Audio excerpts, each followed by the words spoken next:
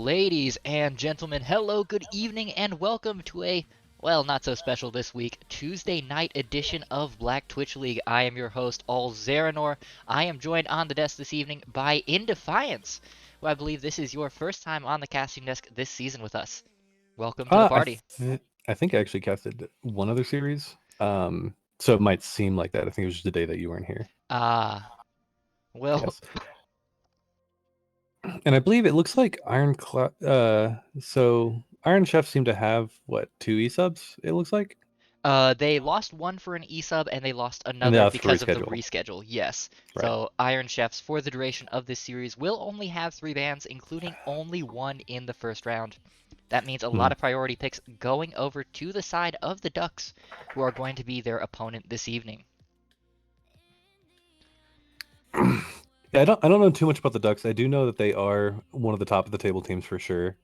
And I guess I'm always gonna have to put the focus on JS Method anytime Iron Chefs is playing. He's definitely the key factor for their team, including like shot calls and whatnot. And he did seem to look a lot more like I think what we expected actually earlier this week or weekend, I should say, when he faced Marie's Dungeon. Yeah, JS Method has been a little bit hit or miss throughout the season, but when he shows up, Iron Chefs generally tend to roll. So if he's here today, we should see some pretty good games. However, there is stacked competition. Every one of these performance unenhanced Ducks members have performed well in at least a couple of these series, have been the standout player. So there is a lot for them to go up against.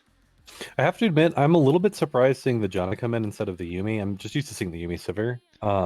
But I never really mind the Janna because Janna just has so much more peel than Yumi can sometimes provide. It's just like Yumi just feels really broken still, even after some of the nerfs that have come through. She just feels like really strong, especially in actual like 5v5s. Well, it is worth noting on that note that Calabina, who will be playing support for Iron Chefs this evening, is generally the jungler for Iron Chefs. He is playing Hmm. support this evening. And their eSub video editor is in at jungle. So perhaps some of this Janna over Yumi or some other strange choices we might see in the bot lane could be due to a slightly smaller champ pool from a player who doesn't normally play that role. See that honestly is a little bit more questionable to me then too, because I feel like Janna's very reactionary. Like you have to be able to hit the tornadoes, got to hit the ults and stuff like that. And like Yumi, I don't know. I just feel like you have to press your buttons on her, to be honest. Yeah, that's fair, although getting optimal value out of the bop and block passive does require a little bit of skill that isn't necessarily there automatically for someone just moving into the support role. True, but I mean, I don't know. I guess it just depends on how skill intensive you see Janna in comparison, really. Yeah, that's very fair.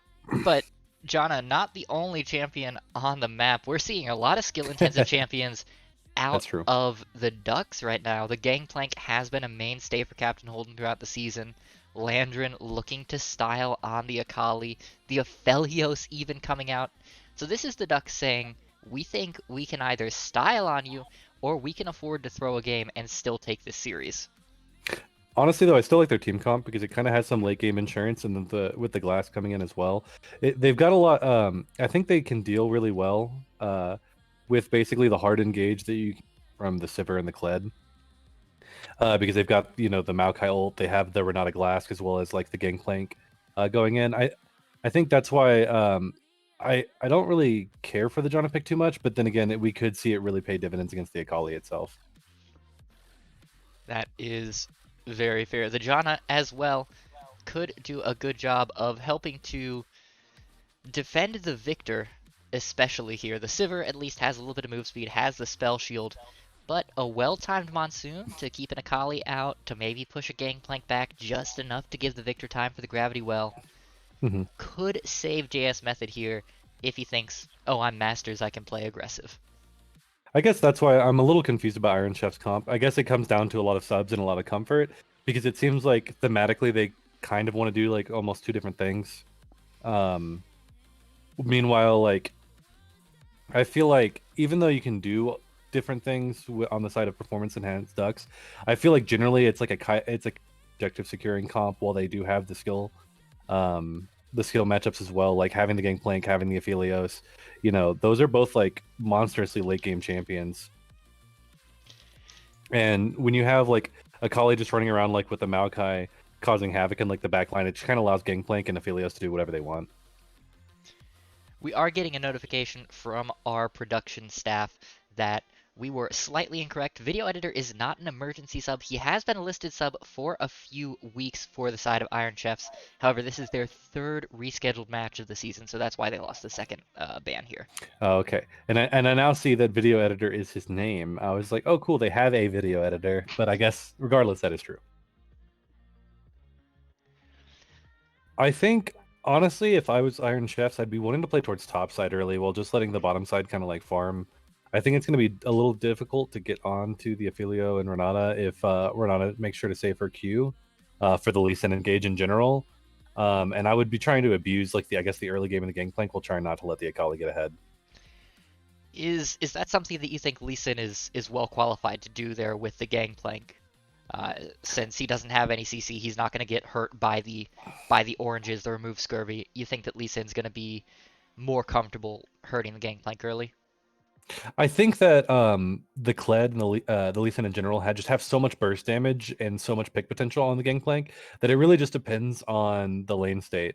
And that's one thing I'm not really sure that Kled is going to be able to do well, because like there's always the thing where a Gangplank kind of invites you to push sometimes, where you can always dive him, but like if he's able to keep you kind of like right in front of his turret and is able to like thin out the wave constantly over and over, I think the advantage can easily be on his side, for sure, and it can make the ganks difficult. But he's such a squishy champion that like Kled and Lee Sin can definitely burst him if they manage to basically like sync the timers of the waves right. Sure, absolutely. Now, on the other side of that, Nerubius has been very good as a reactive jungler throughout the split. If your the video editor and bat it, are you concerned that the Maokai turns that 2v2 around too heavily, or are you willing to face both of them here? I'd say it really just depends on if you think you can burst Gangplank, because it like if you can burst him fast enough, even if like Maokai reacts, it just depends on if it's under turret or not. If it's under turret, you only kind of go for it if you know Maokai's not in the area. But if it's just like kind of like a little bit like ahead of his turret, or even if Gangplank's pushing because he feels like he has an advantage on Kled, I think it's possible. I just think their comp in general is kind of like hard to execute, so there's not really as many answers. Sure, that makes sense.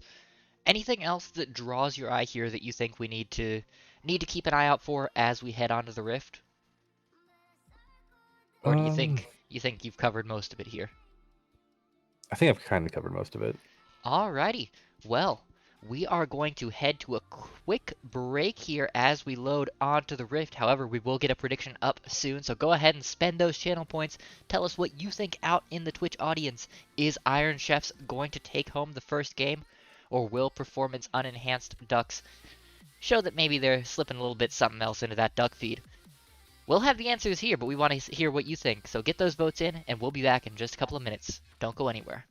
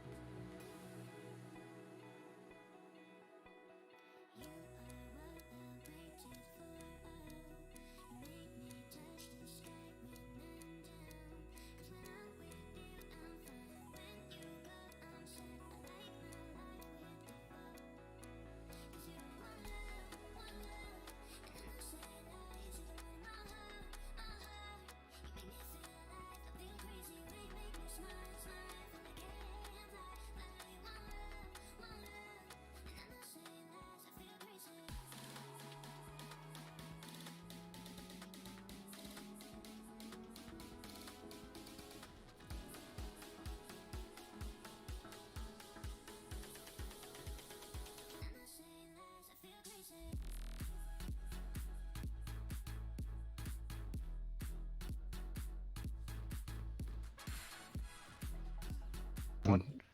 My spectator froze actually. Alrighty. Well, we will get you back sorted. However, for the rest of y'all here, I am paused at 10, so I'll wait for you. Um, we Okay, my are 10. just about back on the rift. I'm pausing in 3, 2, 1.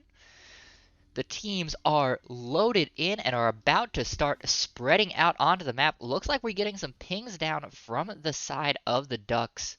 Perhaps looking for a bit of a cheeky invade with the handshake from Not a Glass. That would be a bit aggressive here. Yeah, I don't know. I definitely think personally I like invading teams that have subs. It's kind of weird, but like I feel like when they have subs, they don't 5 point like as well. Like for example, like you can see a big like huge area like in blue side where the saplings are landing, where there's just like a or they could have invaded for like early vision or something like that. But usually there's always just like a little bit of a lapse of judgment from like players just not playing together. So sometimes the 5 points aren't perfect early. Speaking of Um, invades, look at the Maokai going all the way deep in there to get a sapling on the blue buff. and this is what's so strong about playing a Maokai in general that people underestimate because like the thing that people pay attention to I think the most with Maokai is that his nature's grasp is absolutely devastating within the realms of the dragon pit. But the constant vision that you just get from like the saplings and whatnot really make him such a like super valuable pick while ahead and behind just to constantly get vision and not get death pushed. And of course, Maokai has the extra benefit of he can build tanky, and that just means his free wards last longer since the lifetime of those saplings scales off of max health, Mm-hmm. which is one of the weirdest scalings I think I've ever seen in League of Legends. Yeah, it definitely is a bit weird, but I mean, I personally don't mind it. I like having like those interesting scalings and stuff like that, just to mainly, uh, I guess, balance them around certain builds. So I personally don't mind. Like, I'm a big fan of the crit scaling, that Riot's been doing in a lot of champions lately. I think it's pretty good. Um, I'm actually surprised to see him go. I'm assuming we're going to see the Maokai do the full clear here, considering he went for the Krugs, because the Krugs are such a slow camp to take early that usually I'm not that much of a big fan of always taking it just because it slows the tempo down pretty heavily. Even for such a heavy AoE champ like the Maokai with the saplings and the Bramble Smash. Yeah, because I think right now he would have already finished Raptors and been on Wolves. So like it just depends on if he wants to get on the map sooner or if he just is very comfortable, I guess, with the lane state of all of his um people. It's just, it's a give and take decision more or Sure, sure, less. sure, sure. I just personally always like being on the map as soon as possible, just because like then you can have like vision control, you can do cheeky like wraparound ganks and stuff like that. I'm definitely a big fan of it, but it's definitely not like the end of the world because like obviously getting the full clear of the Krugs and everything, you're gonna have like an XP and gold tempo, especially knowing you're on the opposite side of Lee Sen, so you don't have to worry about like any invades and you guys can just handshake the scuttle. And this is a Lee Sin who did skip the Raptors, so will be a camp down when the clear completes. However, Maokai perhaps looking for a bit of a gank here on the bot side. Cool Crab and Calabina are taking a lot of poke in this bot lane. Yeah, and they're pushed up really, really far. This is a fantastic angle for a Maokai to do a wraparound gank. Root comes through from the Aphelios, but look at all the minion damage that Sliason is taking, down under 300 health. So Nerubius will get here, but it will not likely matter as there's no damage to follow up. So Nerubius just gets the Twisted Advance and the Bramble Smash down, and that's going to be the end of that. Oh, see, and then here comes the hindsight coming through. Lee Sin unable to steal any camps because the Krugs are already gone. He even pings missing. Meanwhile, I don't know why he's not ganking top lane. Bandit's going to Uh, lose this fight here. There's more minions for Captain Holden, and yeah, Bandit is nowhere close on the Rage Bar. because I just mean like it. Yeah, they caught him on the vision of the minions, and this is very questionable by the Lee Sin. In general, because I mean, like Holden was probably the most vulnerable he's going to be all game in that moment. Absolutely. I mean, he's level 4. He's not a Gangplank that has the sheen. He doesn't have... I think I already saw him pop the oranges in the early parts of that fight, so had no safety, had no real damage yet. So short of the minions, there was no way that Bandit died if Video Editor showed up. Yeah, I honestly think that was at least a free summoner if he just showed up top lane. Another thing too, that was also very questionable, that I see like certain junglers do is when they don't pay attention to the minion waves around Krugs, because you can tell the minion waves on your side if they're going to give vision to you when you're walking past. And Gangplank actually got vision of him when he was walking past the Krugs, trying to do the long wraparound rather than just walking straight to the lane. And yeah, Hold'em is actually constantly pushing this lane. Babbitt has this lane in a very good position to just like to gank, and instead I guess we're going to see the Lee Sin just try to play the clear game, but Maokai's already ahead in that. Yeah, Maokai's ahead, and is so ahead actually that he's called up Fun Phoenix to help get vision for this invade.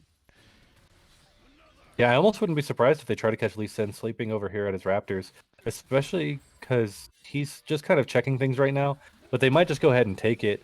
I believe he should just be able to see them and go ahead and walk off safely. It just depends on how fast he does this. But it looks like he's going to show up a little bit on vision. They should have gotten a glance of him, but she's just going to recall. And he's going to go in on the Maokai here. Maokai is really low, but he doesn't Flash have backup. away. Landrin going in here. Video editor taken under half health very quickly, and the 5-point strike might be enough. Forces the flash out of video editor, who goes back in with the resonating strike. JS Method flashing forward, trying to get the damage down on Nerubius. One more auto will do it, but Nerubius healing up with the sap magic will stay alive long enough for the Akali to get first blood. But now JS Method has picked off the Maokai and will cut down the Akali as well. A double kill for JS Method. And for someone who likes to play passive in the early game, that's a bit of action. Yeah, I honestly think the biggest problem there is that the Ducks just kind of played like a little disrespectful mostly. They definitely didn't respect like Lee Sin just doing the damage, just constantly chunk him out. It was definitely a good piece of patience from video editor to just sit in the bush, wait for the Renown to go ahead and just back. And since they didn't respect the fact that Lee Sin should have been around that area, you know, he was just able to go on the Maokai, chunk them out, and then their greed just cost them heavily as JS Method now has 2 kills Has coming 2 in this early kills. game. Should have the first Hex Core upgrade already. Let's take a look. Looks like he does. So that is a huge power spike for 6.5 Oh minutes. man, Has the that Lost is Chapter. massive. Went back, bought a Dark Seal. Has the Death Ray upgrade. This is gonna be a lost mid lane already. Landrin can feel it in his bones. He's gonna have to start roaming, and that's why he bought the Sork shoes first. Yeah, I definitely like the Sork shoes pickup here as well. I do think there are some advantages that Ducks could have tried to pull out from kind of how the early game went. But now that Victor has that the early evolved E, and oh, we're gonna see a little engage go on here in the top lane, but the Maokai is already here as well. Lee Sin and Victor are coming around. If they try to stay too long trying to get a kill here, we should see a wraparound, and they are. Even if they kill Babbitt, this could spell doom. Captain Holden gets 1 kill. Video editor slowed up by the saplings. Misses the Sonic Wave. Nerubius now forced to run a little bit. Has JS Method even rooted up. Does some good damage. But they get out clean, and that's a kill for the Gangplank. Yeah, that's super good. You definitely want the Gangplank to get ahead. And I'm honestly very surprised that they weren't able to make it just in time. It definitely seemed like they had over pushed in trying to get that kill there, but it seems they had not. Nature's Grasp coming in super clutch, and that's the main reason why Maokai is such a priority pick half the time. Yeah, the Nature's Grasp just takes up so much space on your screen that it's next to impossible to avoid it. Lantern and JS Method fighting pretty heavily here. The ultimate perfect execution coming out from Lantern, trying to get enough damage down onto JS Method. The Chaos Storm is out as well, and Lantern losing this fight just a bit, down to 200 health, but will not fall. So that's Summoners and Ultimates burned on both sides. Those could be juicy gank targets here for either Editor or Nerubius. Yeah, I like seeing the counter jungling coming as well, just knowing that they have the advantage here. Speaking Maokai's of going to show. Nerubius, here he comes, trying to find JS Method. No luck. And I think he's freezing. Yeah, I believe he's freezing the lane for his Akali, which he should do. Generally, the biggest mistake I see a lot of tank junglers do is like they just take the whole wave, like from their carries, and it definitely hurts them because like if you're able to freeze the wave and then get them that CS that they normally would have missed out on, then getting poked out and like losing a trade like that doesn't even matter anymore. As you can see, that she has the 85 CS compared to the 66, which kind of helps even out the gold lead. In fact, actually, she has 400 more gold, about 300 more gold than JS Method still, even with the 2 kills. Yeah, part of that, I think, too, is the fact that when JS Method roamed up to the top lane in the failed attempt to save the Kled, or at least avenge him, Akali stayed in the mid lane and actually took a turret plate. So that was some extra gold in Lantern's pocket for free. We are going to see the Drake taken by Nerubius here. And dragon stacking, especially for the Ducks this game, is so paramount to a win condition. Is because when you have the Gangplank and you have the Maokai on the same team, it just allows such zone control when the other team feels forced to run into you. And like that's the thing is you want the teams to run into you more than you have to engage. Because if you're trying to engage on a Victor, a Sivir, like a Lee Sin, a Janna, it can be very difficult. But when they are forced to engage on you and contest for these dragons, then it allows you to take the fights more on your terms rather than theirs. And these fights are going to be a little bit difficult for the Iron Chefs here. The Gangplank has a kill. The Akali is up a little bit in gold. And down in the bot lane, we've seen Sliason slowly build up a bit of a lead here over Cool Crab, to the point where Cool Crab actually had to go and steal his Krugs away from Lee Sin. What's going on in this bot lane that's putting Sliason so far ahead? I think part of that is just Renata just has a little bit more lane control in general. Plus, you always have to be really scared about the Maokai. Renata ult And comes see, out, hits only onto the Janna. Video Editor and Rubius are both here. Slicing down to half health, gets kicked away from the fight, but the ultimate from the Maokai will lock up Video Editor long enough that Slicing can get that kill. Meanwhile, in the top lane, we see fighting. Captain Holden taken down to about half, but Badit has been dismounted here. Will they continue that fight? No. In the mid lane, though, we have fighting as well. Both of these laners very, very low. Akali will this go could be in, a kill. will get the kill with the 5-point strike, and that's a solo kill for Landrin onto JS Method. You can tell that Landern actually still respects this method because that flash wasn't really necessary. Just trying to like I guess dodge out on the stun and make sure he didn't get outplayed. Wanted to make sure to get the kill cleanly, but landing the E. People always disrespect the E damage even after getting kind of used to it. It's so much. Yeah, the E damage was very high. I also want to call attention to the fact that Landrin delayed the second half of that Seeking Shuriken. Waited long enough to make sure that JS Method couldn't just immediately respond, as opposed to compulsively Eing like we see a lot of Akalis do. In the bot lane, though, Video Editor getting the angle onto Sliason, down under half, will get hit with the bailout to try and buy enough time to kill Calabina. Does not manage it. Yes, the support does eventually fall, so it will be a 1-for-1, but unfortunately for Sliason, no bailout today. Okay, that's definitely what I like to see out of Lee Sin is doing a repeat gank. You just blew the Aphelios' flash. And even though Renata is a good lane partner, especially in this specific matchup right there, the safety isn't actually really there to keep him alive unless it's to just turn around and get more kills. That's generally why you see him paired with either a Lulu or a Thresh that has a bit more of a safety valve to go ahead and keep him alive. And that wraparound gank was very successful. Could have been worse for the side of the Ducks, though. They did at least get a return kill, and it did go on to the Aphelios. Landrin will find JS Method here, gets the Seeking Shuriken, uses the perfect execution here. The damage coming out very quickly. JS Method down under 400. Landrin dashing out with the ultimate, and JS Method survives on 100 health. Bit of a nail biter in the mid lane, but no luck for the Akali. Yeah, even though there's no luck, I always love to see people poking out because then you get to increase your CS advantage, and then not only that, but you also just secure the Herald being even easier. Because like Janna realizes, Janna and both Lee Sin realize that like it's pointless to commit to the Herald anymore, so they have to just like reset to their lanes, and that's why like Landrin just kind of taking over this mid lane is just so important. Man, that is a lot of damage on that Lee Sin. Yeah, that was a Lee Sin who was full health before that trade.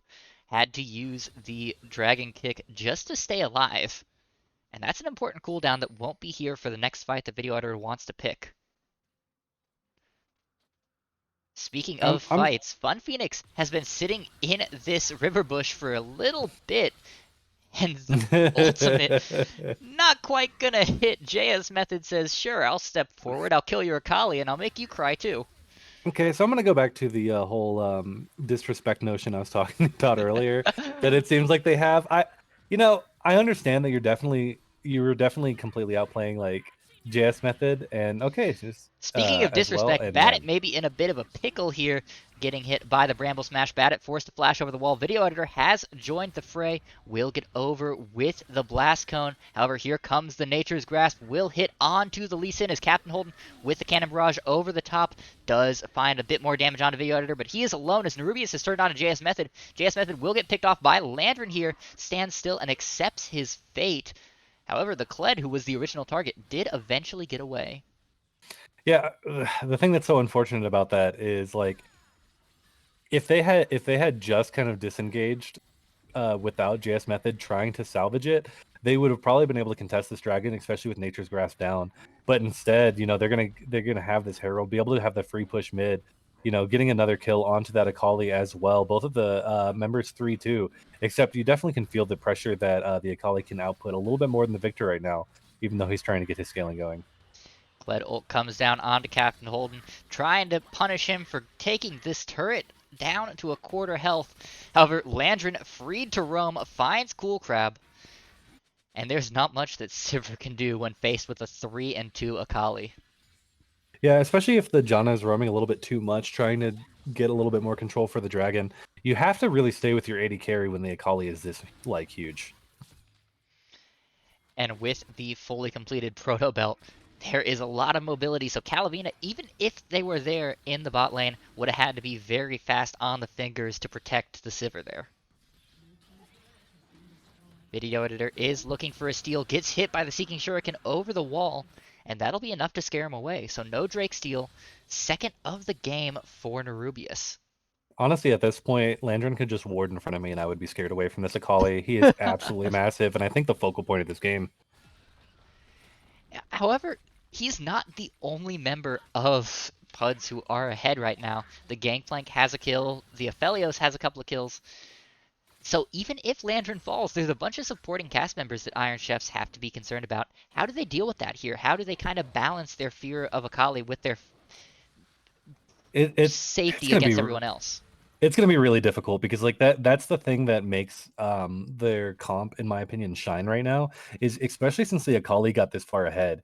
You've got the Akali to deal with. You always have to keep track of it. And then all of a sudden you have a Nature's Grasp coming in. And then you just have Gangplank and Aphelios kind of able... Like, Aphelios should feel super safe. He's got a Renata to revive him. He's got a Nature's Grasp Maokai in front of him. The Akali just causing distraction and mayhem in the back line. Same with, the Gangplank just causing the barrels as well as the ult to go ahead and head them off to make the Nature's Grasp easier to land. I think their comp is really, really strong, especially considering the fact that they already have 2 dragons. I'm not really sure what the answer is to it, but I think it's going to end up having to be probably Death Bushes and trying to get a pick before Dragon. So generally, instead of probably setting up, like either the 1 minute, the 30 seconds to 1 minute before Dragon, we're going to see Lantern is going to go in here. The gravity field goes down. Perfect execution. Misses once. And now Landrin very close to getting the kill onto JS Method, but doesn't quite have enough damage. Meanwhile, in the river, Fun Phoenix falls after using the hostile takeover. Video Editor so low. Landrin flashing forward, trying to get enough damage. Will get it with the Shuriken.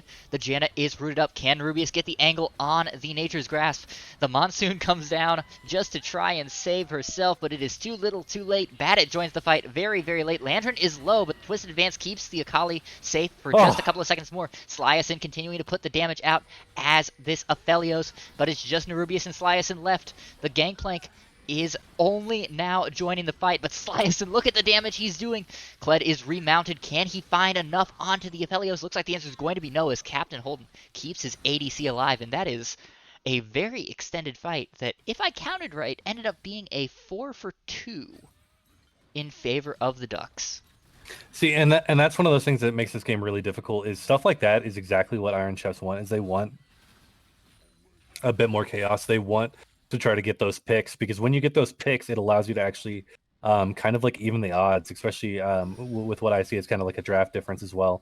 I'm really uncertain if they're going to be able to kill these. These are not really high damage champions against such a tanky Maokai as he goes there, but we're seeing some of the damage come through, the Renata and the TP coming through as well. If Iron Chef's got to be really careful, otherwise this could be a Baron going over. Yeah, Landrin is on the way, and just the thought of the Akali is going to be perhaps enough to scare the smarter members of Iron Chefs away. Video Editor looked like he wanted to take that Resonating Strike, though. He was really thinking about it. Especially when you land like 4 in a row, you were feeling it. You got ult and everything. You just really want to land it, and man, this might be a very bad overpush. But Bandit not able to land the Q. I think that's going to mean that she just gets out, especially when you have Landrin just so powerful. Yeah, it does take about half the health off of Fun Phoenix, so probably about time for the Renata to start calling for babysitters when she wants to ward. And boy, would you want to have any other babysitters? You've got the Maokai at full HP just running through, grabbing the vision. You have Landrin as well. That's like having John Cena and Jackie Chan on your shoulders, man. I'm telling you, that sounds like the best babysitters a man could ever dream for. And meanwhile, JS Gangplank's Method still just gonna sit in these side lanes and just get bigger and bigger. JS Method does not have TP here. He has to be careful that he doesn't spend too much time keeping Captain Holden in check, or else he won't be able to join this fight on the top side of the map. And we can see him already walking up, having to abandon the Gangplank just to be available for this fight. Yeah, and the biggest thing is the Ducks definitely to make sure they're not over-engaging as well. But it looks Speaking like this of fight's going to go in their over-engaged, the favor. hostile takeover lands onto 3. Landrin causing chaos in the backside. The Janna already dead. Video editor will soon follow. Landrin will die to Cool Crab. However, the damage may already be done. Badit trying to keep things split apart. But Fun Phoenix does not fall. And here comes Captain Holden on the backside. Badit flashing over the wall. Did not realize that there was a Gangplank in his face. Captain Holden with the 3-barrel chain secures the Kled, and it's just JS Method and Cool Crab left, but they are so low. Aphelios doesn't quite have the reach, but with the Rift Herald coming down, this could very well be an inhibitor in the top lane here for the side of the Ducks. Yeah, you can just see like the huge comp advantage it feels like Ducks have. It's because it's like even when a scenario where like what could be considered an overpush happens, they're able to still just kind of brute force the fight, especially because they've got like a 3-0 Gangplank. You've got a 5-1-4 Aphelios. Like it really helps complement their comp and allows Landrin to kind of go in with a bit more. I guess I would say both Landrin and Nerubius like to go in with more reckless abandon because they just know the damage is right behind them.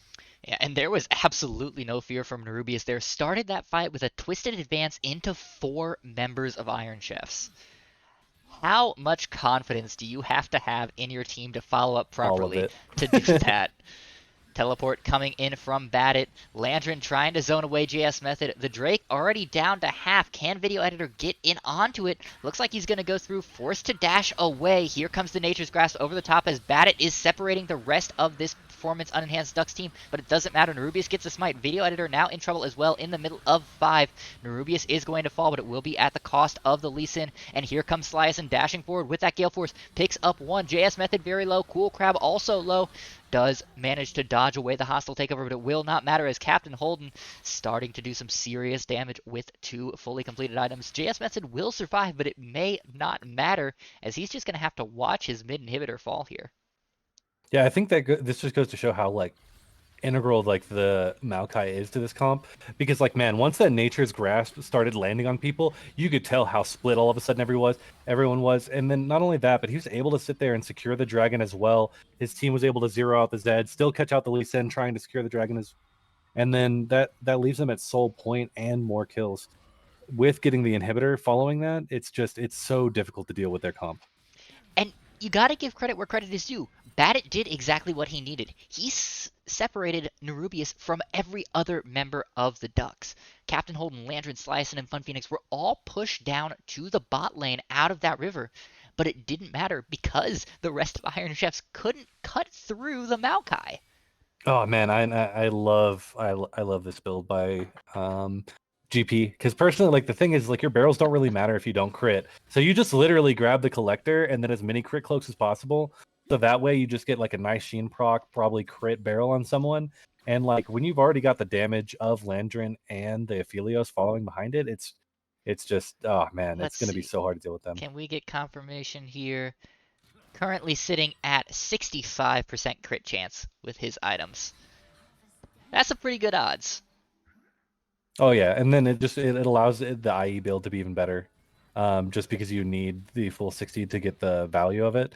Meanwhile, all they're just going to do is they're going to group up an objective, make sure they have Maokai ult, get vision control, and then if they decide to contest, they're just going to ult. And we're gonna see they're going to actually try to contest this. We'll see a contest.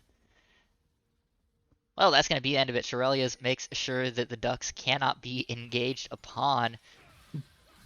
Part of it is they just have so many advantages. They have to force something here. Video editor already dead on the backside. Badit has come in, but he is alone onto Fun Phoenix. Calabina so low already. Aphelios picking up 2. And here comes the Akali for cleanup duty. 2 members already dead. 3 members are dead. And Fun Phoenix didn't die. Fun Phoenix being fought the entire time by Badit managed to survive that entire fight. Kept the Kled from doing anything, and that's probably going to be game here. Yeah, one of my favorite things about that call there is that they didn't force the Baron completely because they had the GP just sitting there like in the sideline, like, well, if you're going to teleport and you're going to start contesting, we'll just go ahead and push in, get our free inhibitor. Then it made Iron Chefs feel very, very forced into making a decision, and they were unable to like fight the wallet basically. And a heck of a wallet it was. 8 to 18 before that fight, 8 to 23 at the end. Other than at the very start when JS Method got those 2 kills, I don't think there was a moment where the Ducks didn't feel in control of this game. Yeah, I definitely agree. If I was Iron Chefs though, because they only have one ban still, right? In the Correct. first rotation, I would ban that Maokai. I would immediately ban that Maokai because like everything else, I feel like is relatively able to be dealt with. Um, but when they're able to draft a comp around the Maokai like that, you just can't really do anything about like the Nature's Grasp. It makes the jungler's job very easy. The vision control and everything around it was just so powerful that I think it's very integral that they get rid of the Maokai in this next matchup. On that same note of what to change into game 2, do you think they pick a team with a bit more cohesion here? You said during draft that you felt like this Iron Chefs comp was a little bit split focus, a little bit uncertain of what they wanted. Can they draft something that's maybe a bit more cohesive to give them a better shot here in game 2? Yeah, I think so. Because they can definitely go to some of the same picks, but I think the biggest thing that they should do is ban the Maokai and then draft a press R comp. I think drafting a press R comp is always like the go-to. Ease of execution is so important. And so like, you can always do things like, the Malphite, which would give them a more like consistent engage. I would say probably and I would just go for an all-in wombo combo. Like I think a wombo combo is what they need. Well, we'll have to see if Iron Chefs take your advice. However, for the moment, the Ducks are up 1-0. Iron Chefs on the back foot. If the Ducks do win this next game and send us to the end of the season with them sitting at 5-2, we could be in shape for a 4-way tie for first place. A lot riding on this game. Could be real fun to figure out who takes first in the league if everyone's sitting at 5-2. However, for the moment, we will step aside. When we come back, game number 2 here between the Iron Chefs and the Performance Unenhanced Ducks. This match isn't over, folks, so don't go anywhere.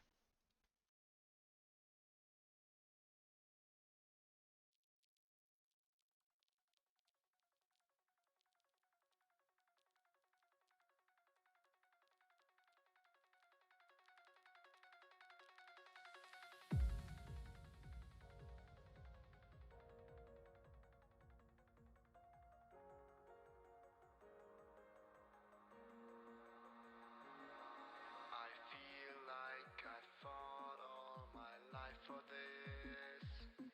This one part, this 1/3 I've always missed. No, just don't let it go. I started the fight, but now I'm losing. So will I fall again? I'm scared of heights, yet it was me who ran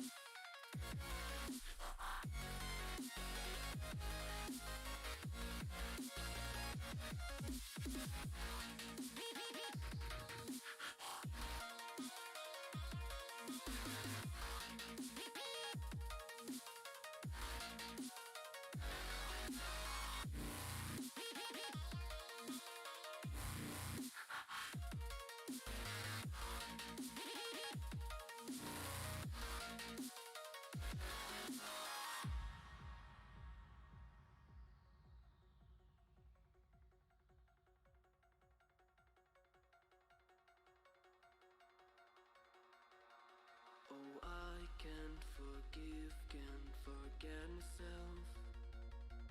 The piece that I'm missing, it kills me inside. I need help.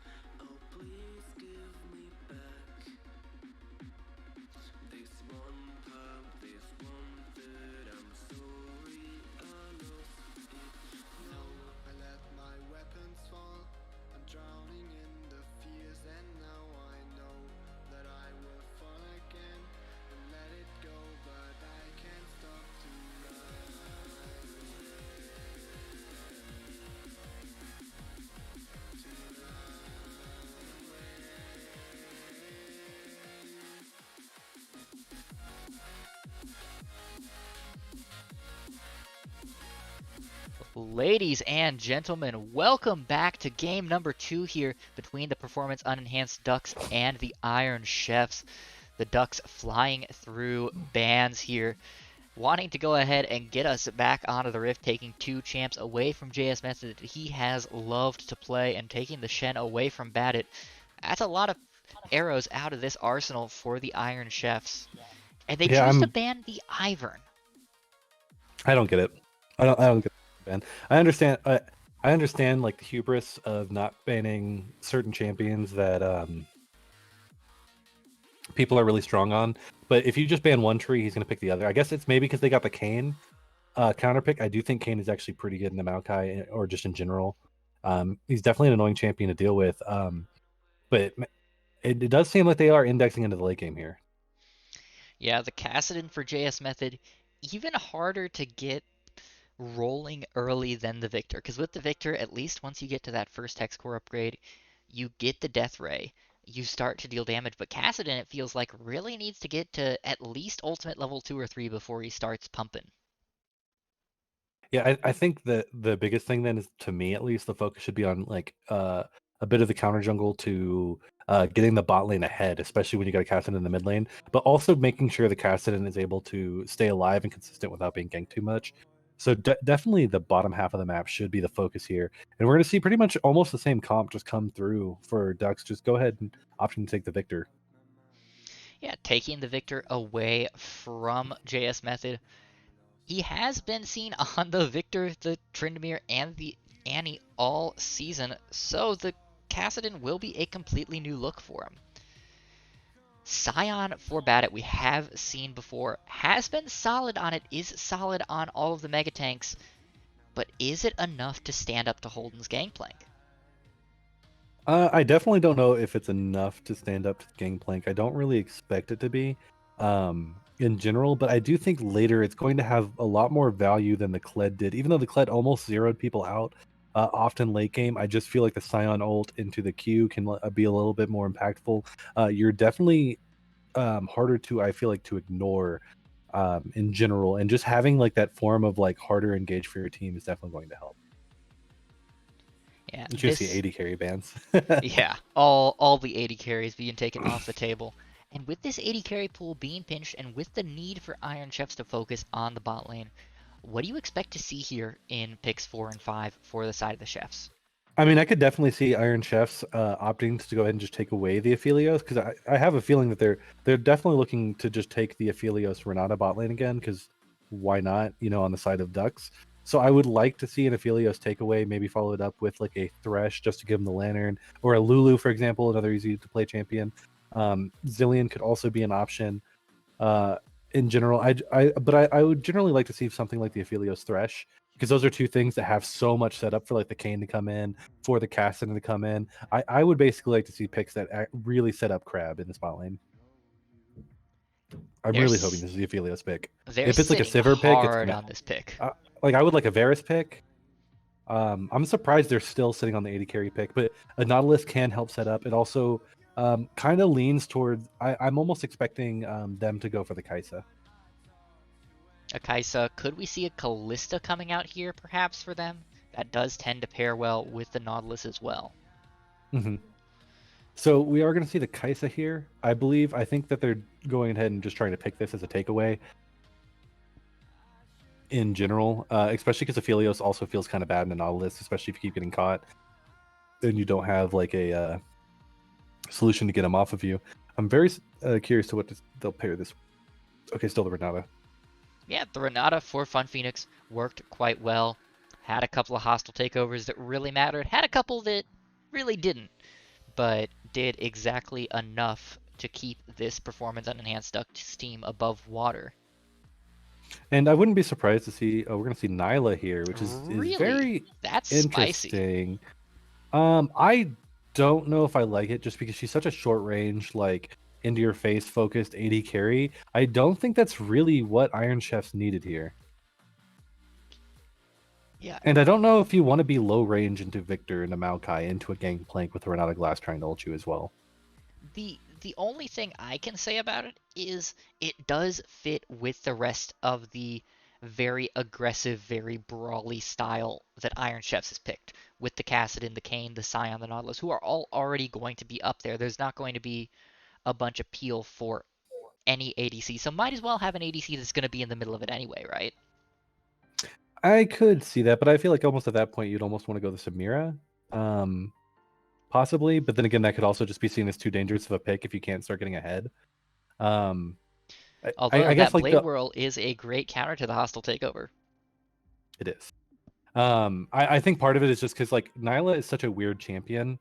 I'm not sure if you've had like the same experience, but like it seems like it's a different kind of coin flip where it just seems like she either does everything or she does nothing, and it almost seems like there's not really a reason to either. I wonder if it's just because I'm not very antiquated with the champions kit in general. But I've noticed it's just very hit or miss, where it feels like it does tons of damage and does everything you want it to do, or it doesn't really get anything done.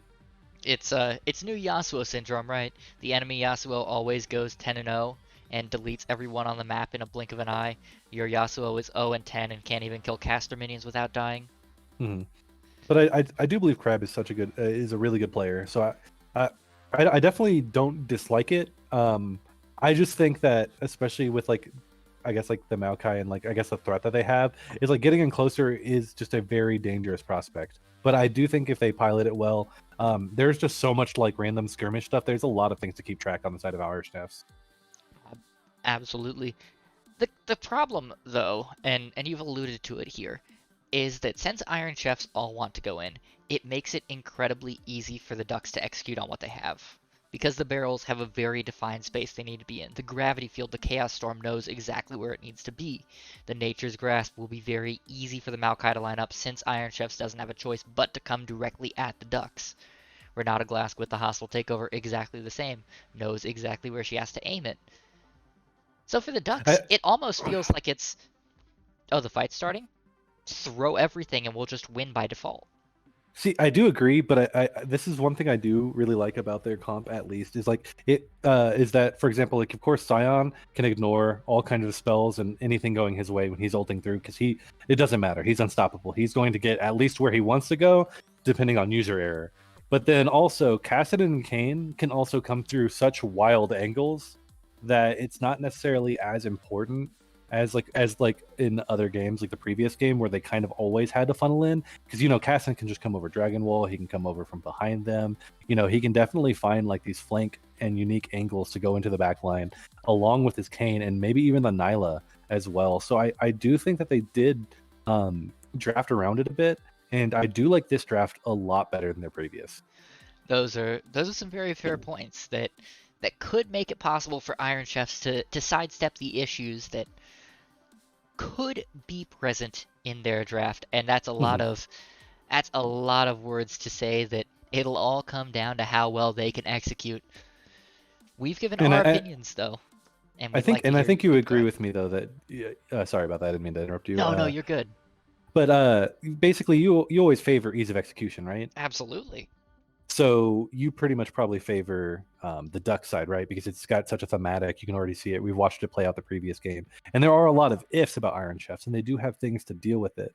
So, like personally, who do you favor? You think? I do think the Ducks have the upper hand here, mainly because we just haven't seen Iron Chefs consistently execute all the way through a game this season. If we had the backlog of games where 3-4 weeks in a row they had said, yeah, we'll pick difficult to execute team comps and we'll do well on them from the word go until the Nexus explodes, I would say, sure, I think Iron Chefs wins this game, but we haven't seen that from these players, so I don't trust them on it here. Mm-hmm. I definitely pretty much agree. I just definitely see more of an avenue than I think I did the previous game, as long as they don't get super far behind. That's very fair. Well, we have given our opinions. We would like to hear yours in the form of voting. The prediction poll is up, so go ahead, get a use for those channel points, toss them up with which team you expect to win. Do the Ducks rather come out with a clean 2-0 to end their season, or do the Iron Chefs take us to a game number 3 here in week 7? We'll have the answers here, so get those votes in and stick around because we'll be right back.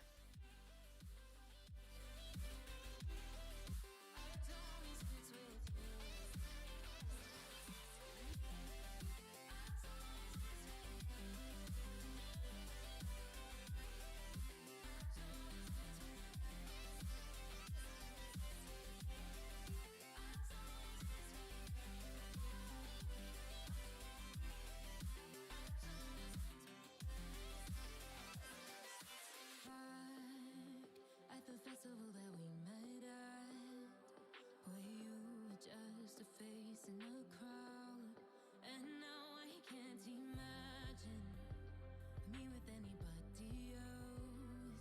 As we close out the night underneath the lilac sky, summer high, met you in August, New York, back to my cold apartment. Distance sucks, but at least I'm still with you. White out skies, middle November, you and I, flights to wherever. I don't mind as long as it's with you. As long as it's with you. As long as it's with you. As long as it's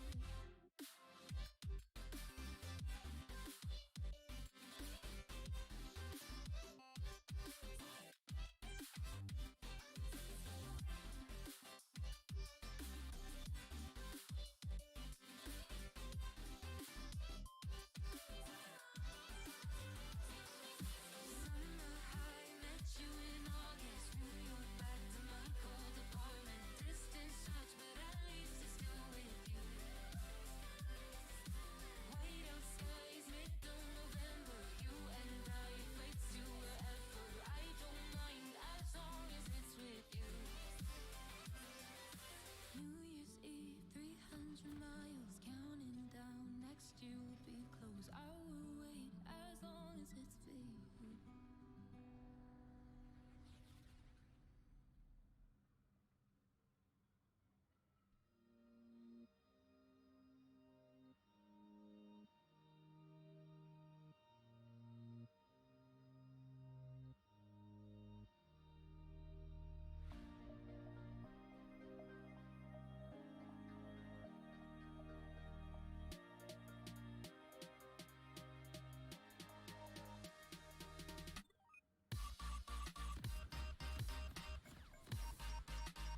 One. Ladies and gentlemen, welcome on to the Rift. The teams are loaded in and about ready to head out here. We have the Ducks on the blue side and Iron Chefs on the red.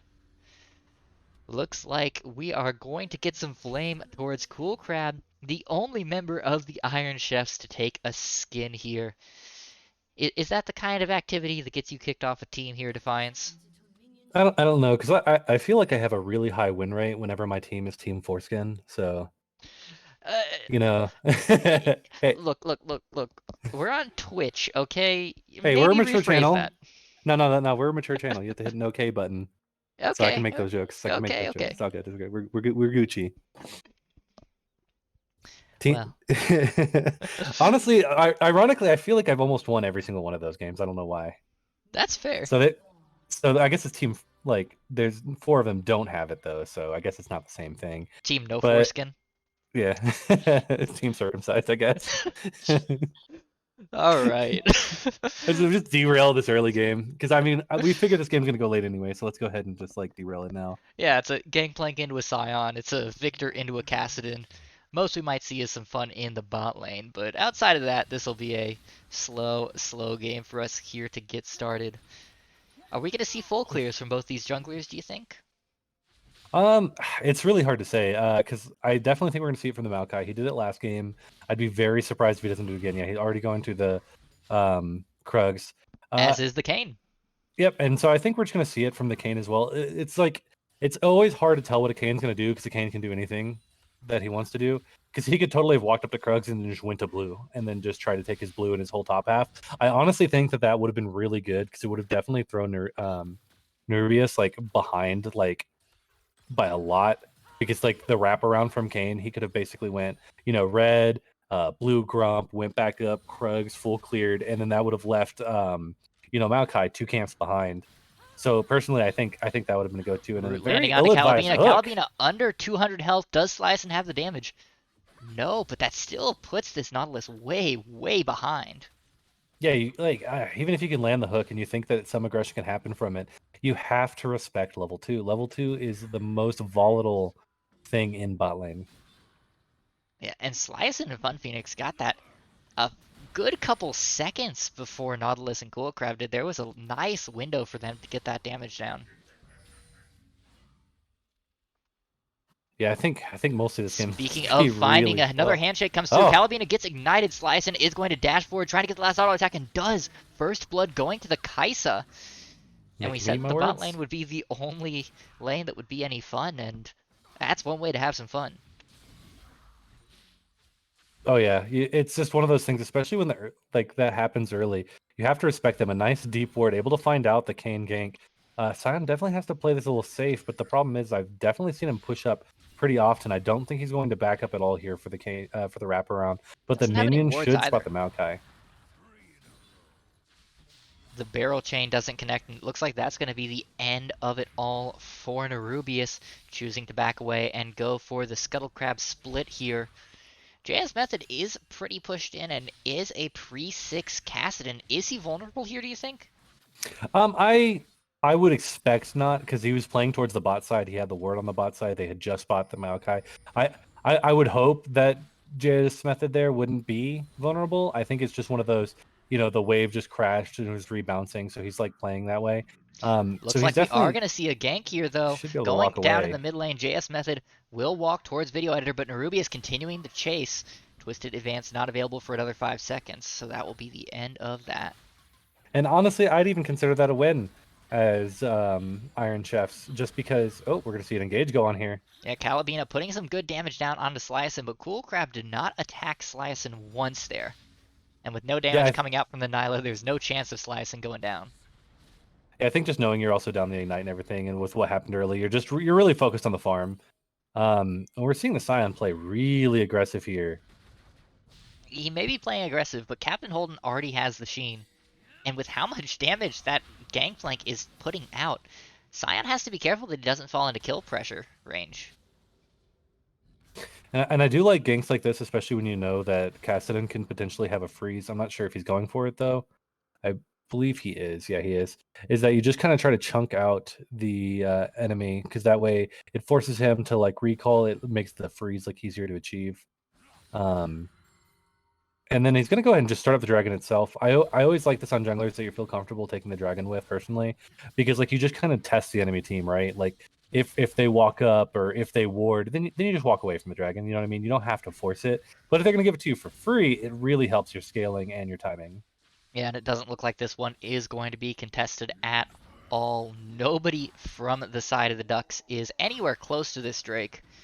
And with it already down at 2,000 health, well, the Maokai is getting there, but it's going to be too little, too late, unless he can get over that wall. Looks like he's not even thinking about it. Doesn't have the smite available for another 10 seconds. So instead, they're I'm going to not. try and find Cool Crab here. Video Editor in a bad spot, but so is Calabina, stuck between Landrin and the rest of the Ducks, and will be the one to fall. Second death of the game for this Nautilus. I'm not gonna lie. I'm really greedy, and maybe I'm just too aggressive here. But like if you think they're on dragon like that, I would have flashed over. Like Well, because Nerubius didn't have smite. he didn't have smite, but I thought they had a little bit of vision on Kane, and Kane had like 100 HP. So I think like a flash and then you just like run at them. They have to like back off of dragon, and they're not able to take it because remember the smites right now are at 450. So it's not like they're at 1200 they just get it. The smites being at like 450 right now means that basically like unless you're willing to take the full fight or try to kill like a Maokai Sure. early on with just the Nautilus Kane while his team is wrapping around, your mid laner has priority. Like I just would have preferred that to basically giving them a timing window, like because basically like it creates a 5-minute difference in what you would expect. Bad, it may be in trouble here. Knocked under the turret by Nerubius, who is just wailing away on the zombie.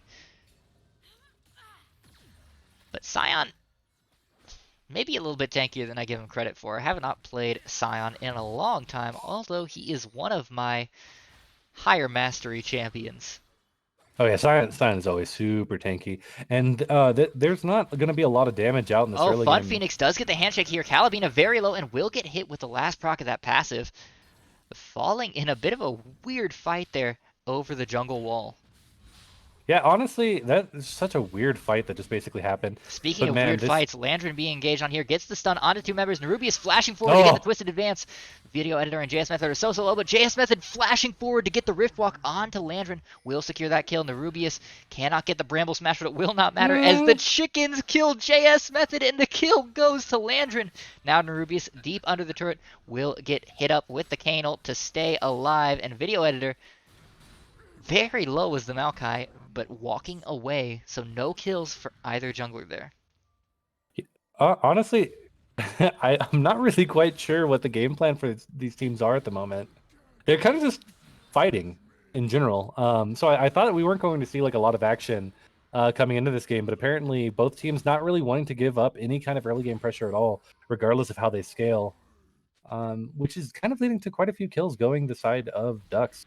Yeah, and this is fun for us because it means that this game, which we have expected to take 30-35 minutes before they started to do some real damage here, means instead we're going to see these champions getting up to that point earlier. JS Method is not winning these trades though. Landrin doing a good job of holding his own.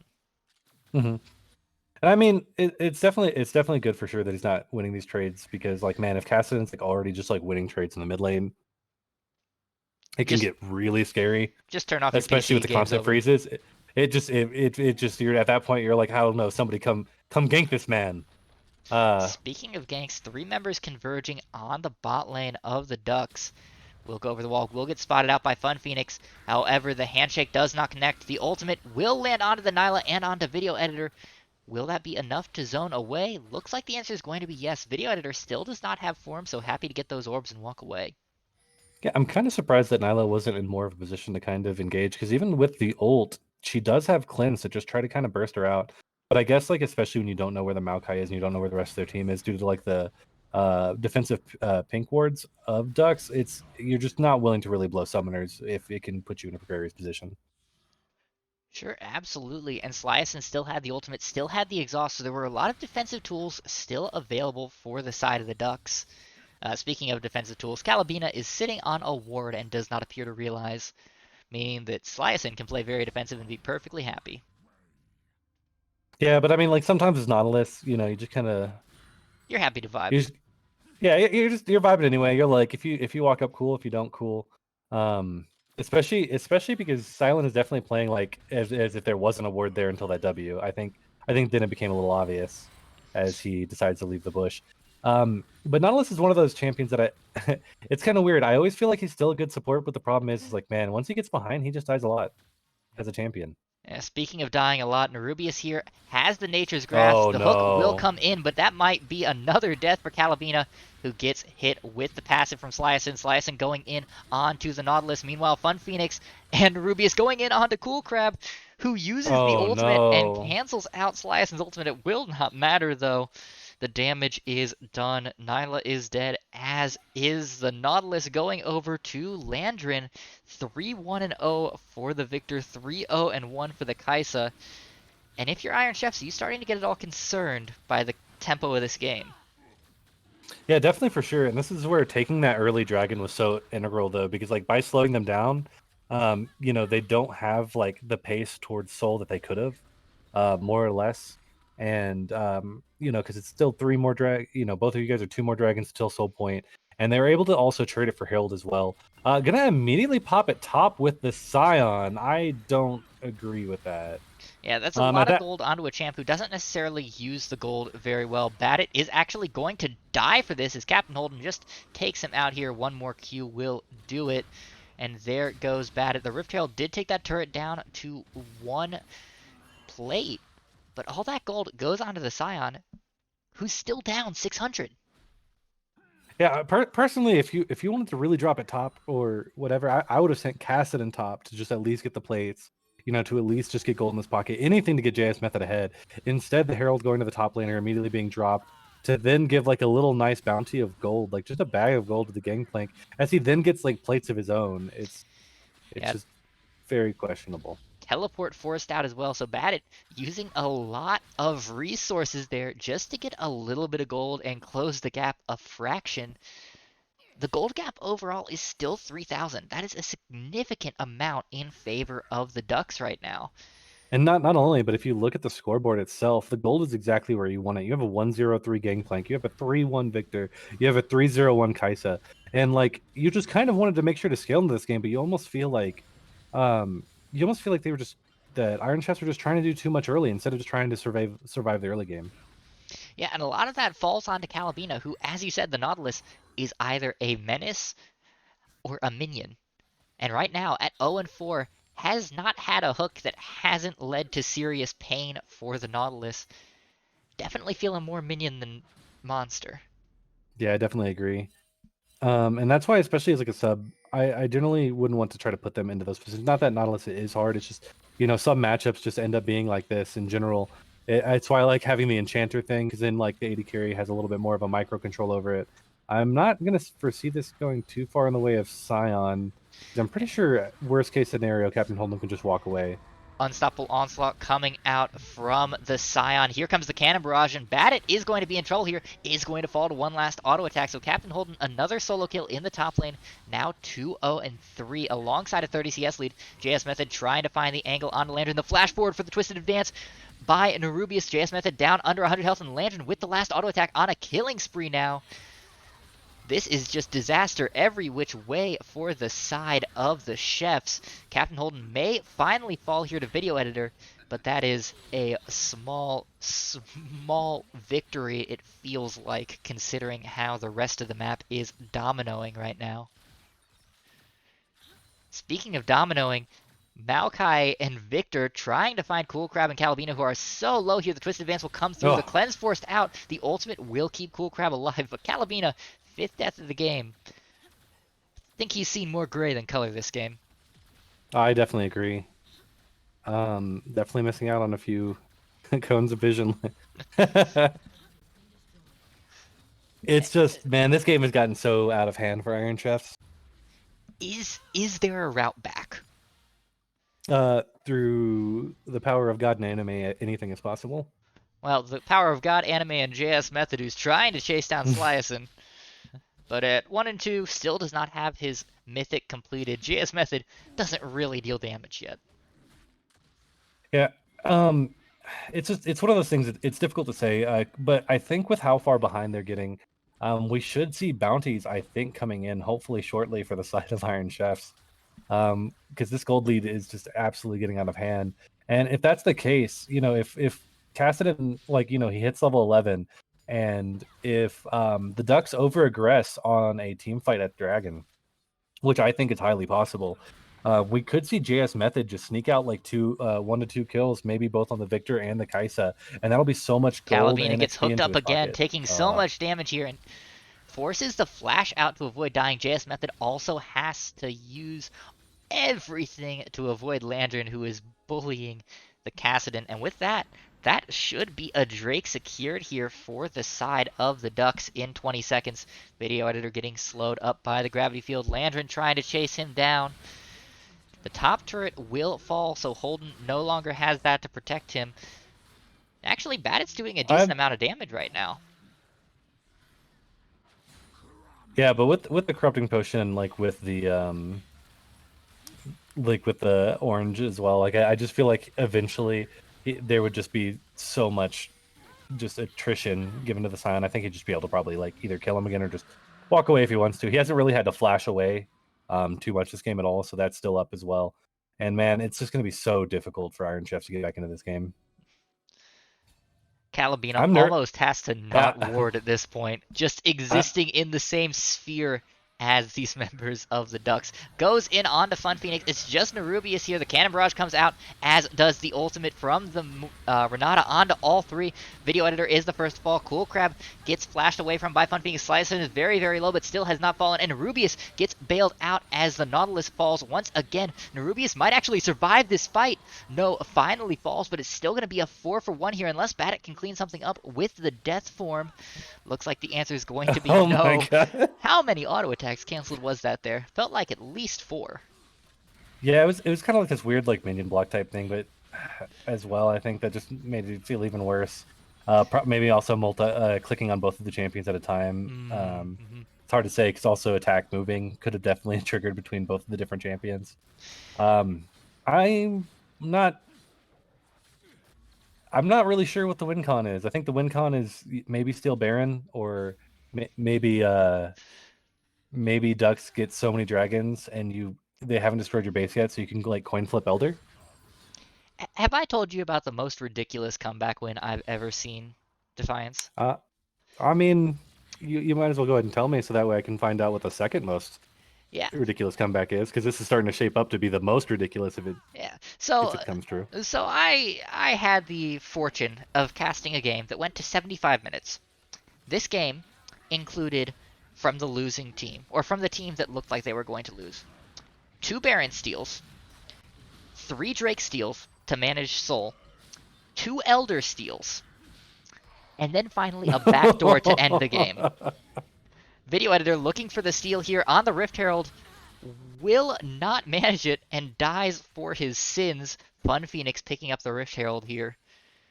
I was gonna say it was just a Rift Herald, but then the Rift Herald team bounty is actually pretty large.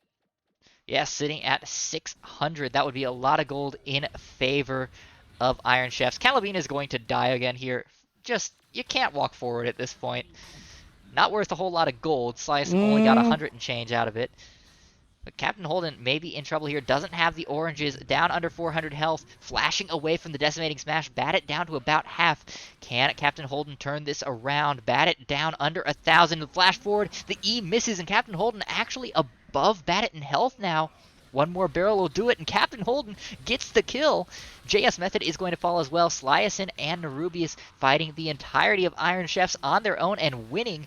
Video editor stayed inside Sliacin for as long as possible, but it will not matter. The Kane trying to get away. Dash from Kaisa will get close.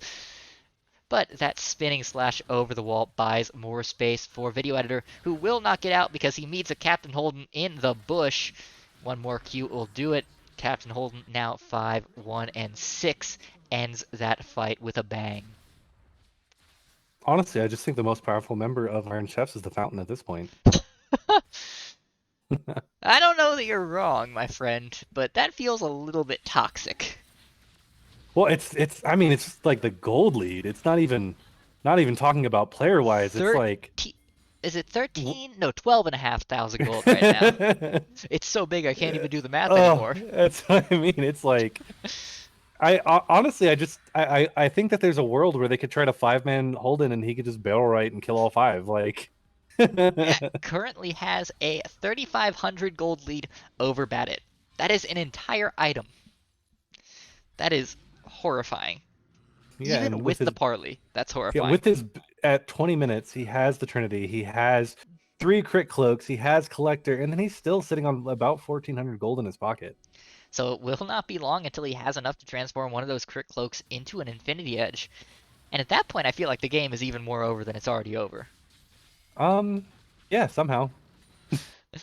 I mean, at 21-3, this game doesn't feel like there's much chance, short of miracle after miracle. But in the interest I of honestly fairness, don't think we're going to even see a soul. Like, in the interest of fairness, it it is possible. It definitely is, especially with the bounty changes.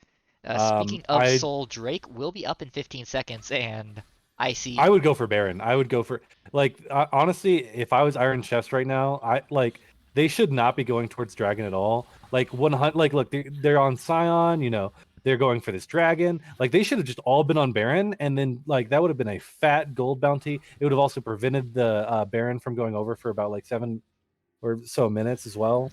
Yeah, instead, though, they the come respawn. to, air quotes, contest this Drake, and look at how far they're pushed off. They can't do anything. This Drake's already dead. They got definitely could have nothing out of gotten the Dragon here, or the Baron, or at least made, like an ill fight out of it, just from, like, Yeah, absolutely. But instead, it just kind of blows my mind. They gave up Drake, and now they're going to give up Baron, because look at the health bars of the Ducks. None of them were touched by the Drake, and the members of the Iron Chefs are not in place for this. In fact, Kassadin is leaving. Drake down to 5,000. Video editor going over the wall, gets rooted up, gets hit by the hostile takeover. Holden on a rampage. The Baron falls. That feels like the ringing of the death knell for Iron Chefs here. Yes.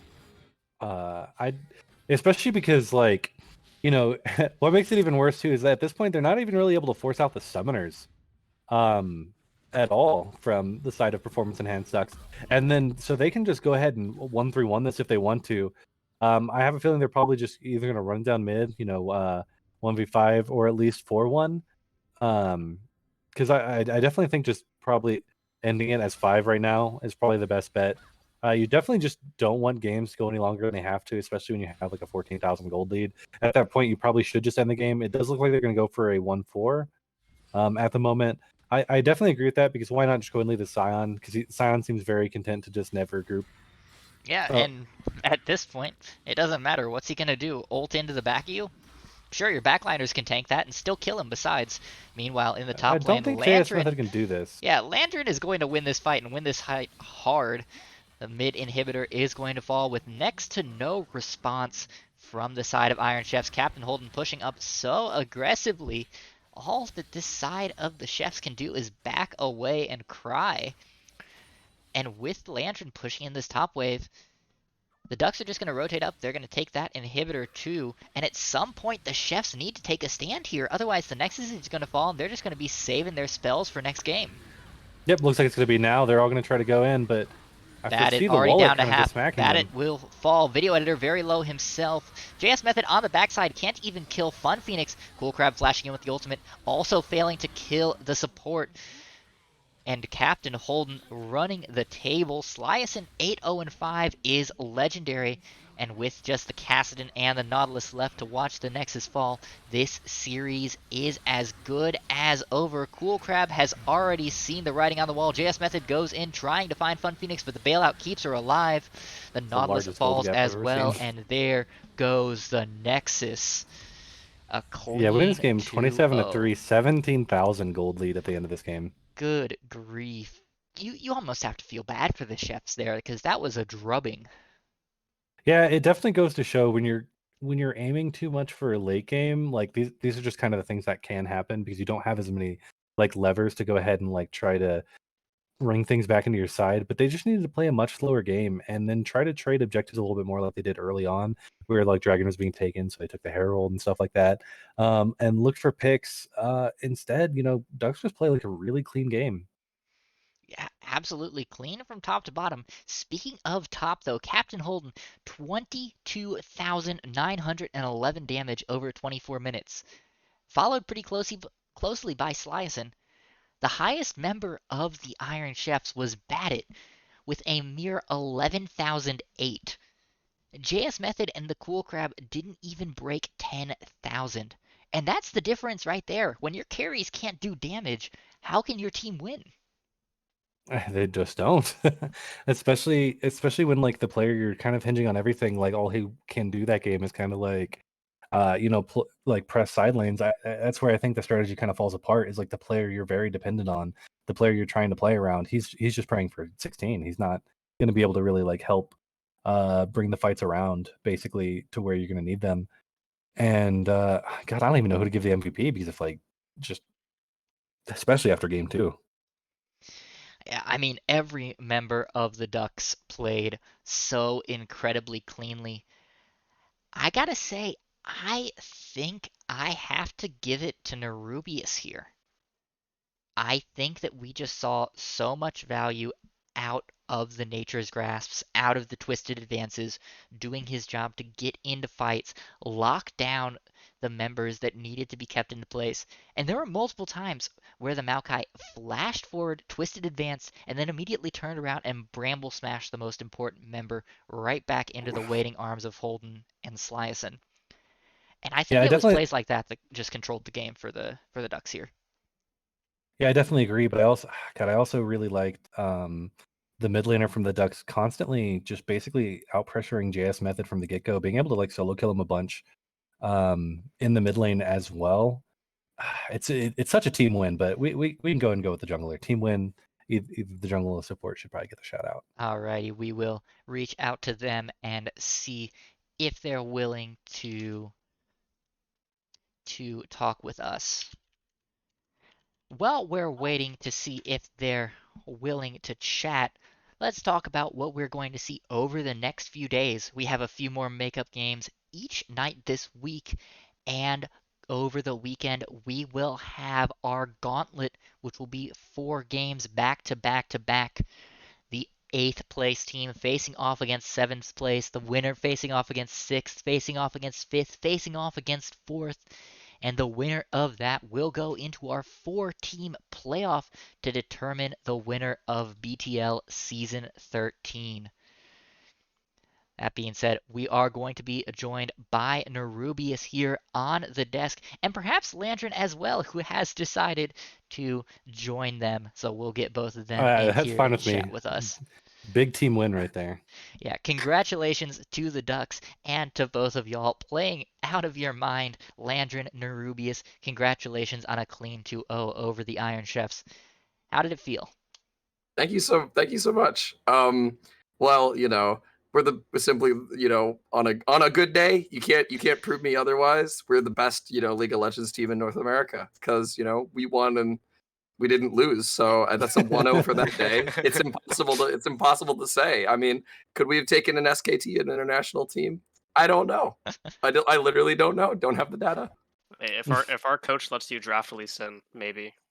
Yeah, I'm playing Maybe. neuter. I'm playing with my hands tied behind my back. I'm on the tree. Oh. Hey, no, you the looked tree real did comfortable. work. I made the tree look like Lisa. That's all I'm saying. Yeah, who needs a resonating strike? every time.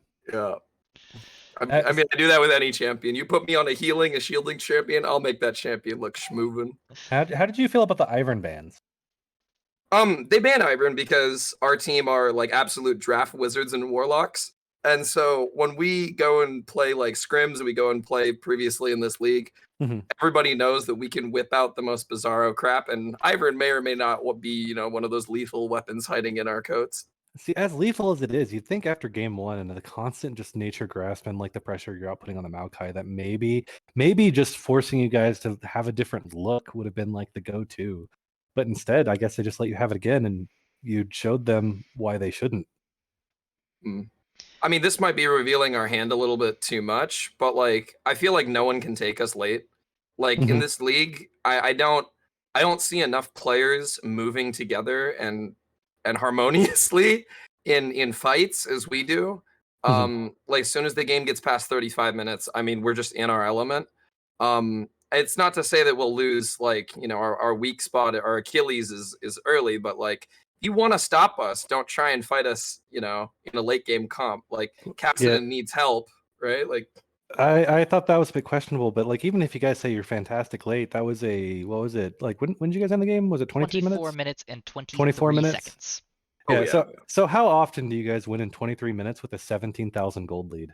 Surprisingly often, even when we draft late, because a lot of times when we draft late game comps, enemy teams try and make up for that by drafting like some decent early game and then just throwing to us. They overextend and we just pick them. Like imagine that comp in that game that was just played. If Kaisa was a 35-minute Kaisa, 35-minute Victor, we had a GP, we had a Renata. Like our comp was also a better scaling, I think. So I don't know what they were waiting for. Like, I think they had some kind of options that maybe they could have taken some weird angles and like you guys potentially could have lost the fight, but I definitely agree that you guys just, I mean, like you guys, it's kind of like the game 1. I thought like the draft was just so like just such a disparity in the draft, basically like just favoring you guys. Like like I could immediately see exactly what you guys wanted to do. You guys had a theme and how you guys wanted to play out the game, and I think that's also just what made it so difficult because like not only were you also outplaying them through the rotations and just like honestly 1v1 on the map, speaking of like the Akali, especially game 1, you guys also just had the better comp, so it starts feeling a little bit hopeless, I feel like. Yeah, I think it's just because we are, like I said, wizards and warlocks at draft. Like we eat, sleep, and breathe, from the Church of LS and the other, orbiters of the league scene. And I don't know, like we're just super draft nerds. What can I say? Like we always have something to put the nail in the coffin for the enemy team. We never just get out of draft and go, oh, I feel like our champs are strong. We get out of draft thinking, wow, we have like a way to completely dismantle theirs. Like we don't just do power picks. We do like, like honestly just counter picks, even blue side or red side. Like yeah, I definitely, from what I can tell, I like your guys' draft a lot, and I do know one thing that a lot of teams just fail to execute on in BTL more than just obviously like execution, rotations, and team fighting is draft. It's honestly, I think, like one of the biggest mistakes teams fall into is just not having a good draft. And I see that as a point of emphasis for you guys. But then again, you guys aren't even like weak mechanically or in macro either. So it's just like you feel like the completeness is going to help carry you through the playoffs. I mean, we're I just the best players in the league. So what like, he said. What he said. yeah, it's just how it goes. Kind of Well, an L for everybody else. Speaking diff. of best players in the league, Landrin, you were facing up against the highest ranked mid laner. Were you at all concerned, or were you just ready to come out swinging? Say I it, mean, I Drake. was ready. I was ready. This man picked Victor, and I was like, okay, I have the Akali Victor matchup practiced. Easiest CSing of my life. No harassment. It was a good game. I appreciate it, but I kind of wish he brought more. The gauntlet thrown here in the interview. Oh, trust me, he held back.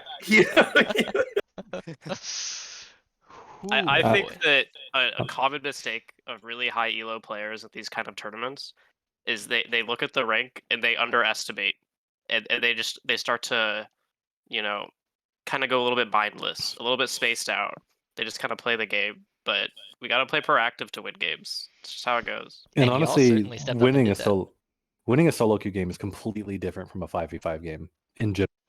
Like, I think that people kind of like underestimate or I guess overestimate like rank diff sometimes, because there's people who can really just like play at a higher level when they're in an actual competitive environment.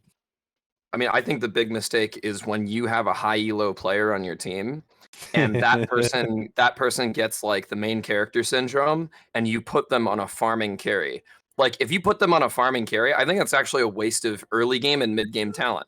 Because yeah, they've got better CS per minute than most other players by like 10, 20, but this person is unable to affect the game until they're ready to carry it later. So you've just put your best player on a character that you can't express your skill over your opponent for the first like 20 minutes of the game. And that was a So big reason why you guys constantly banned yeah. Why is Trinity he on and Annie. Kassadin? Yeah, why is he on Kassadin? Like, I want to see like some sparks fly if he's a Masters player, right? Like, just go put our guy in the dirt, right? If he's low elo, why would you sit back and farm? Or It's at the not very idea. least, somebody who can constantly like affect the map, like an Annie who can roam, or just like, I mean, obviously he couldn't pick the Annie, but like just champions that have like the similar aspect, right, where he can actually exert his pressure of being a higher tier player, of being someone who's supposed to be the focal point of his team. Like, how are you the focal point when you're like, all right, go elsewhere, I'm just gonna farm? Well, I think there's also the conception of Nyla Nautilus has to win lane. That's the problem. Nyla Nautilus has one mode, and that's go in, right? Like if you're not willing to play like a jungler that helps them do that, that's a farming jungler like Kane, and you're not willing to play a mid laner that roams down to help them do that, now you have Nyla Nautilus and only Nyla Nautilus. Like Yeah. if I show up, like their win condition is gone bot lane. Well, I mean, maybe he just wanted to help the Nautilus Death World pick'ems, you know? Or Death World Pick'ems, yeah. Got to pump the numbers up. It's a very high IQ, a I very, need very those high numbers to IQ be play. pumped up. I didn't see that one coming. Oh, Yeah. Alrighty, I think we're gonna call it there since we've got a lot more matches to go over the week. We don't want people to get tired of hearing our lovely voices, but thank you guys for coming to chat with us, and congratulations on your win. As long as you don't pull another stunt like you did in your match against FFZ, I'm looking forward to seeing what we'll see out of y'all in playoffs. Thanks for What ruining my match? power rankings, guys. What match? Yeah. That being said, that will be everything for us here at BTL this evening. As I said earlier, we will be having matches all throughout the week as people try and close out the season before the gauntlet. If you'd like to see more matches like this, more content like this, go ahead and hit that follow button so you can be notified every time we go live. That being said, for this evening, I have been Aulz, for myself, for InDefiance, and for everyone here at Black Twitch League. Thank you all for coming out. Have a wonderful, wonderful evening, and we'll see you guys next time. Good night, everyone.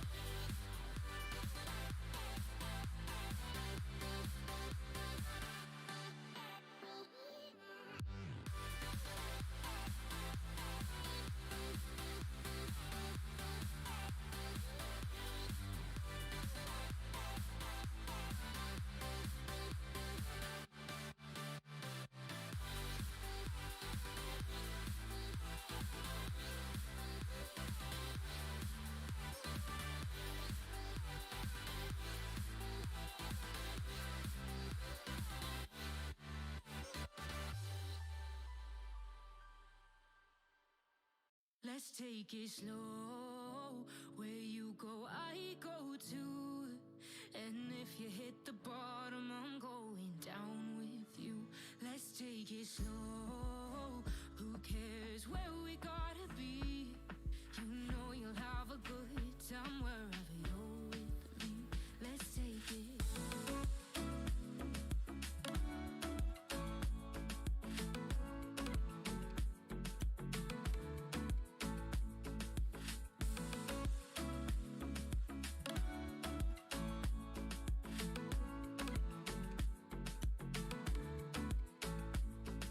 You ask me how we got here, 'cause you don't know how.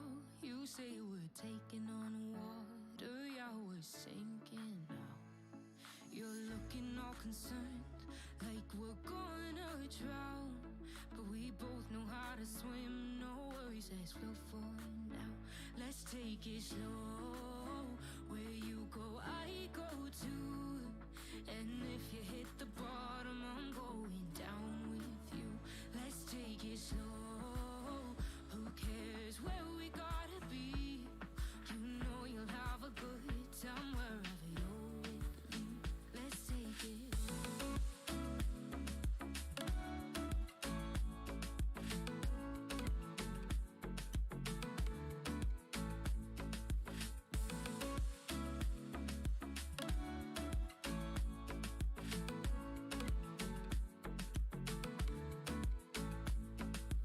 I know I'm not easy. I drag you out your mind. And there are days I hate you, but baby,